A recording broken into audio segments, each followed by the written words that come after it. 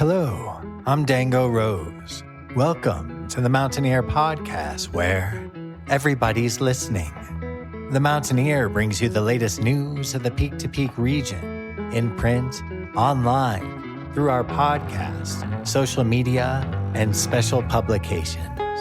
Now, listen in to the latest news of the area with our local journalists.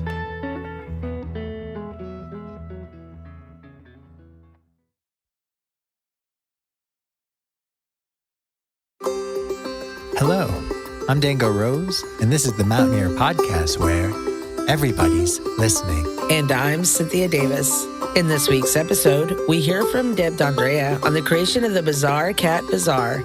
She's going to tell us when it will be happening and the story behind what inspired this unique event. We hear this week's music mentions from Jamie Lammers, and special correspondent Marianne Rosen will share a sweet soliloquy about the origins of April Fool's Day.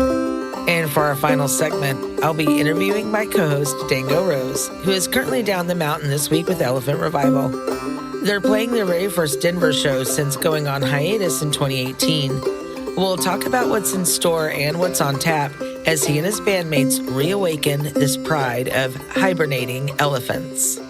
But first, some news from your neighborhood. The Boulder Watershed Collective is excited to offer folks an opportunity to join the local USDA Forest Services leaders on a site view of an upcoming prescribed burn. Prescribed burns are an important step in protecting our community, watersheds, and local forests from wildfires. Come learn from local Forest Service fire managers about how they design a prescribed burn in connection to weather, objectives, and what it means to live in a fire-adapted ecosystem. For more information and to sign up for the tour, go online to boulderwatershedcollective.com and click through to the Events tab. Read more local news and feature stories in print and online at themountaineer.com. And that's it for this week's news briefs. If you have something to share, you can send requests for submission to info@themountaineer.com.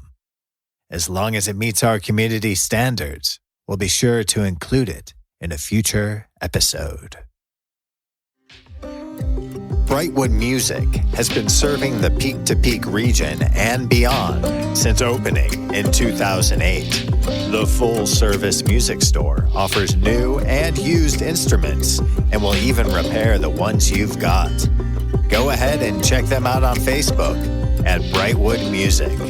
Brightwood Music is the best music store with altitude across the Peak to Peak.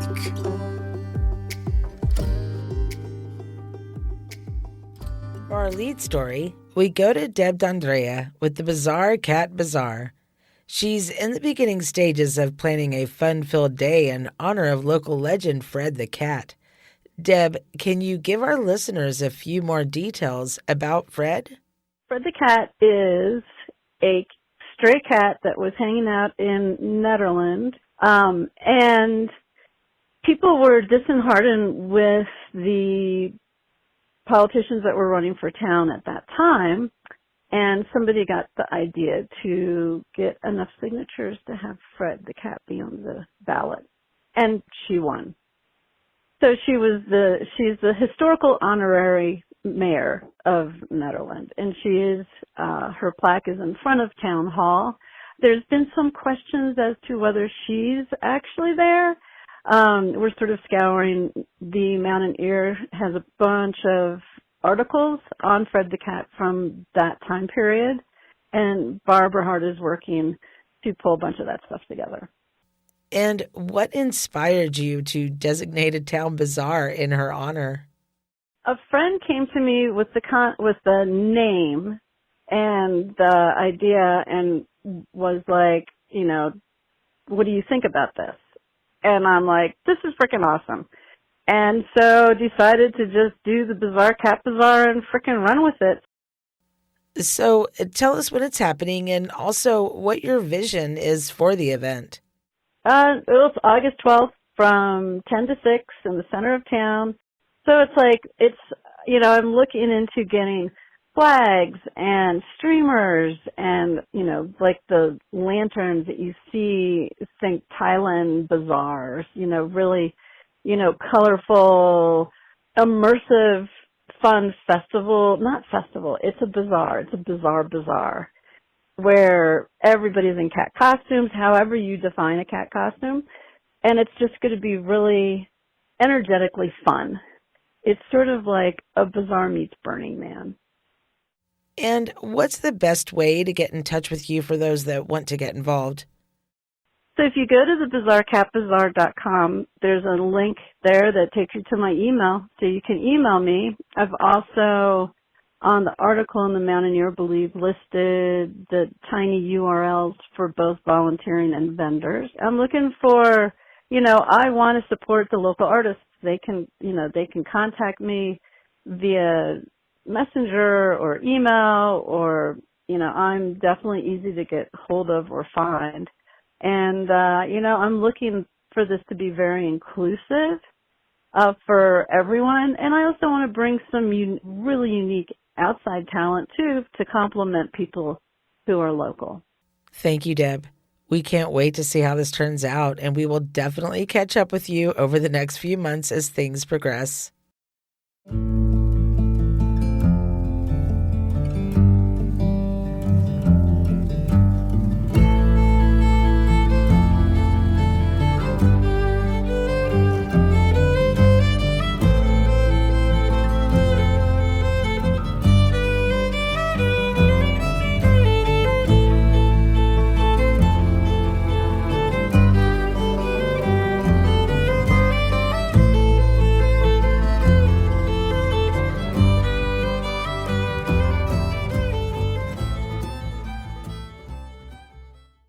Now we go to correspondent Jamie Lammers, who will be delivering this week's Music Mentions. And now for this week's Music Mentions. Head to Busey Brews, located at 70 East 1st Street in Netherlands, to check out Riverspell Duo on Sunday, April 2nd at 2 p.m. Head to the Canyon Tavern, located at 32138 Highway 72 in Coal Creek Canyon on Friday, March 31st at 6 p.m. to see Mark Cuban performing live. Head to the Caribou Room, located at 55 Indian Peaks Drive in Netherlands, to check out Steely Dead and Dead Fish Orchestra performing on Saturday, April 1st. Doors open and dinner starts at 7 p.m. and the show starts at 8 p.m. Head to the Covered Wagon, located at 15 East 1st Street in Netherlands, to check out the karaoke nights every Thursday at 7 p.m.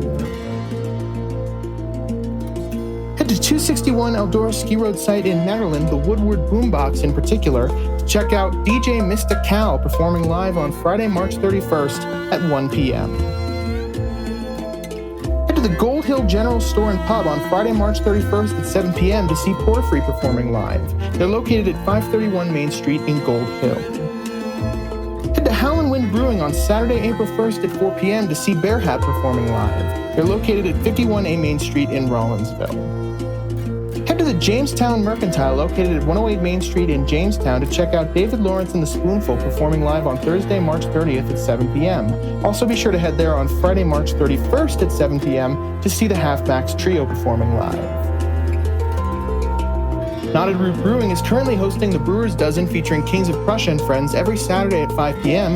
and Jazz Sundays with Black Dog and Friends every Sunday at 4 p.m. Be sure to head to 250 North Caribou Street in Netherlands to check out these events for yourself. Every Saturday at 6 p.m., the Millsite Inn hosts an open jam. Be sure to head to 44365 Highway 72 in Ward to check it out for yourself. Head to 121 North Jefferson Street in Netherlands to check out Ned's Cafe's Damn Jam every Thursday at 10 p.m. and karaoke nights every Sunday at 7 p.m.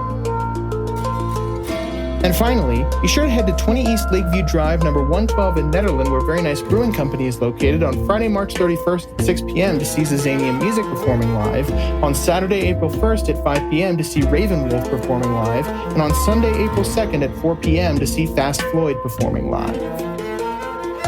Did we miss you, your business, or your performance? Want to submit your music listing in the Peak to Peak area? Do you have updates to your business or to your performances? Please call 303-810-5409 or email info@themountaineer.com to be included in the next print edition or the next podcast of The Mountain Ear.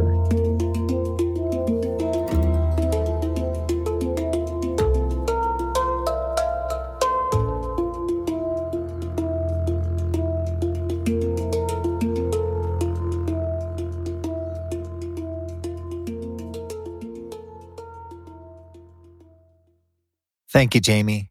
Now let's drop in with special correspondent Marianne Rosen, who shares a sweet soliloquy about April Fool's Day. In the next 3 days, the Netherlands area is expecting 40 inches of snow. Oh, wait, April Fools. Why do people joke, play hoaxes, or pull pranks on the 1st of April? Although April Fool's Day has been celebrated for hundreds of years by many different cultures and countries, its exact origins are a mystery.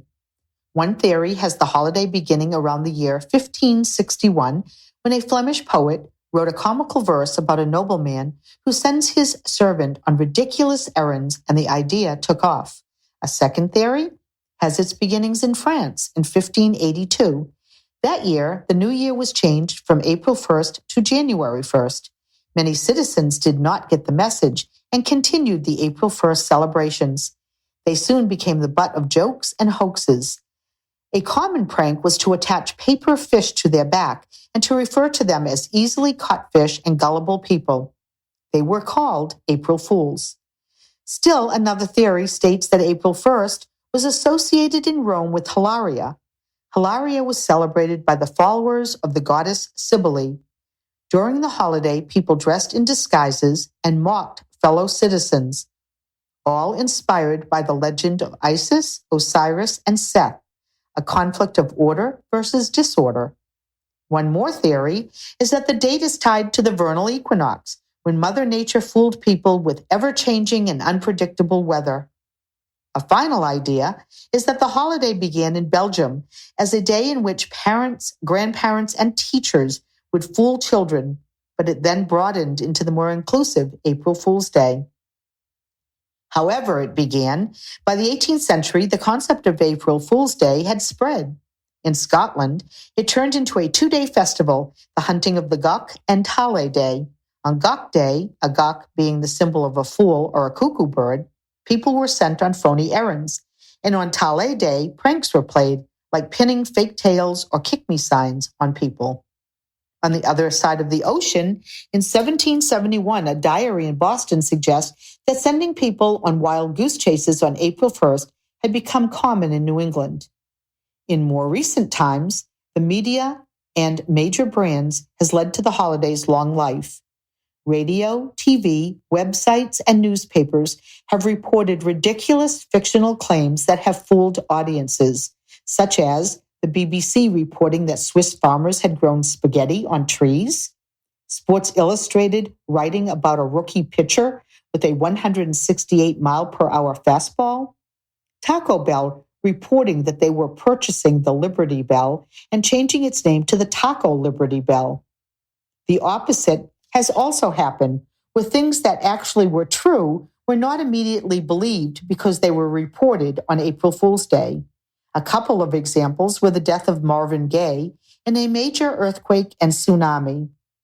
Although April 1st is not appreciated by all because of the viewpoint that hoaxes and pranks are rude, manipulative, and a bit nasty, as well as based on deceit and schadenfreude, there are many who believe the day can be good for one's health, as it encourages jokes and pranks and brings the benefits of laughter, including stress relief. And who among us can't use some laughter in our lives? So as April 1st approaches, just beware of jokes, pranks, and hoaxes, and keep a sense of humor.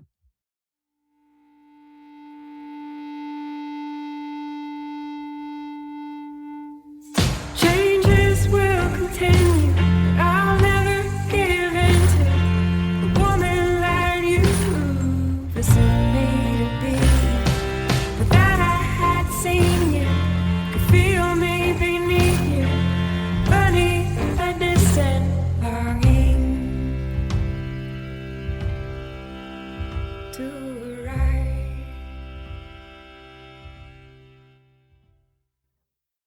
And that was Elephant Revival performing their song Petals from their 2016 album titled the same.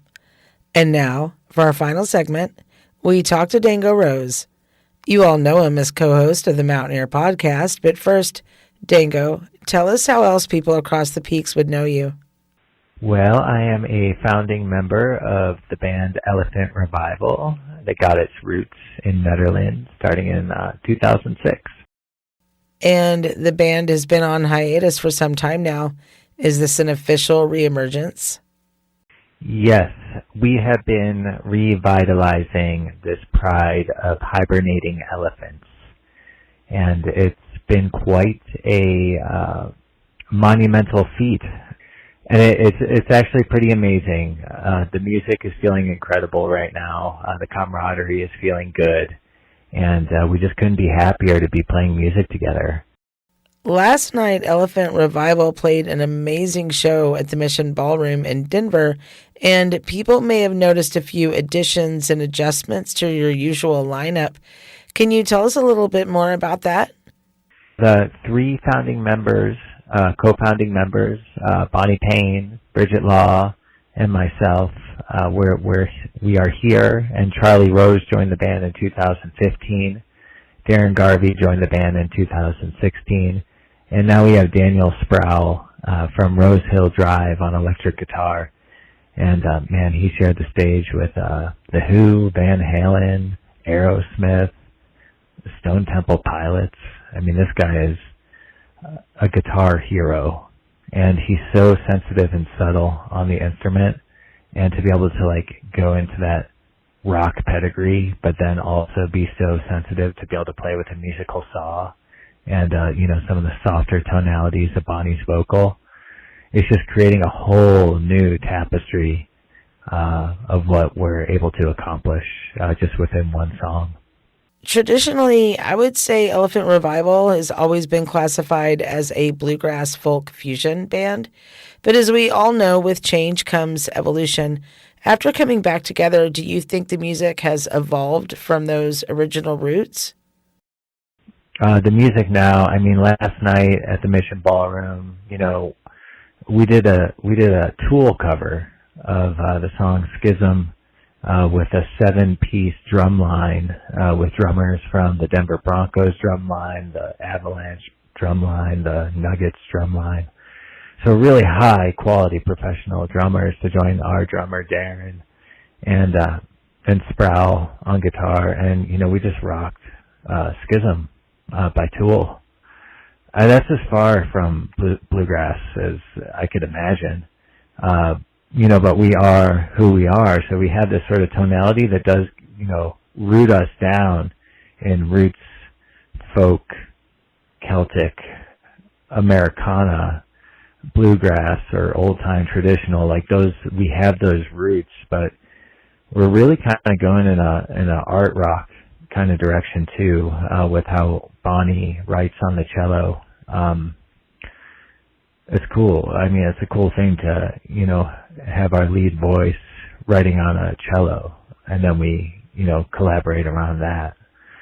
So that's a big piece of things moving forward as well. And what about any other revivals planned for the future? Yeah, so keep your ears open. I know everybody's listening. We're going to have a festival announcement, or a show announcement, that's going to happen in late August, very, very close to the Peak to Peak, and that should be announced, I'd say by April 5th or so. So we're right there. I just can't say it on the air right now. And then we're doing the Old Settlers Music Festival in Austin, Texas. We're going to do the Hillberry Festival in Eureka Springs, Arkansas in October. Old Settlers Music Festival is just a few weeks away in April. We're doing a Weekend at the Cave in Southern Illinois, which is a festival at the end of June. So we're just doing some choice select festivals and, one more local hometown show this year. And that'll be a wrap on 2023, most likely. There could be something else that comes in that excites us.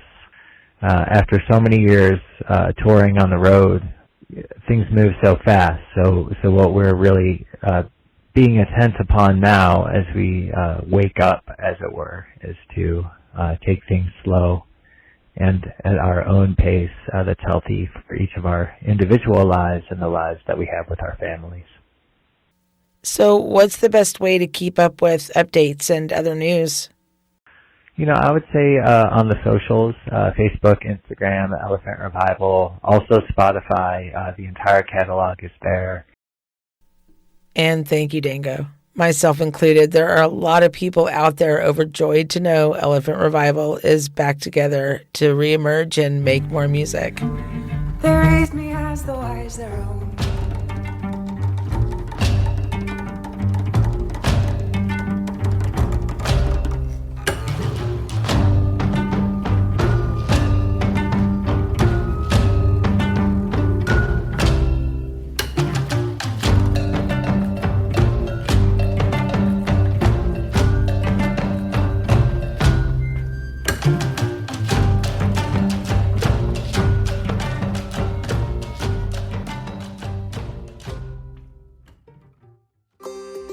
That concludes this week's episode of the Mountaineer Podcast, where everybody's listening. Visit our website at www.themountaineer.com to read more information about today's guests. Pick up a copy of this week's print edition of The Mountaineer at newsstands all across the Peak to Peak. I'm Dango Rose. And I'm Cynthia Davis. Until next time, thank you for listening.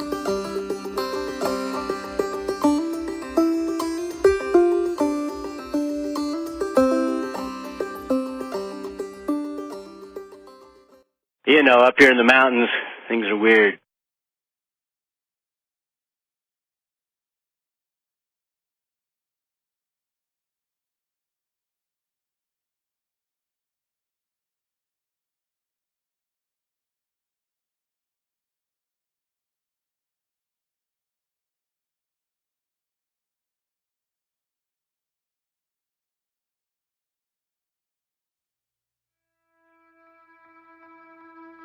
And that's it for our show. Subscribe online to get more access to more news, weekly updates to our community calendar, and a link to our YouTube channel by visiting themountaineer.com. Be sure to use the coupon code PODCAST when subscribing for a 10% discount, only available to our listeners. If you are in the local Peak to Peak area, be sure to pick up a print edition of The Mountaineer at a local business. I'm Dango Rose. Thank you for listening.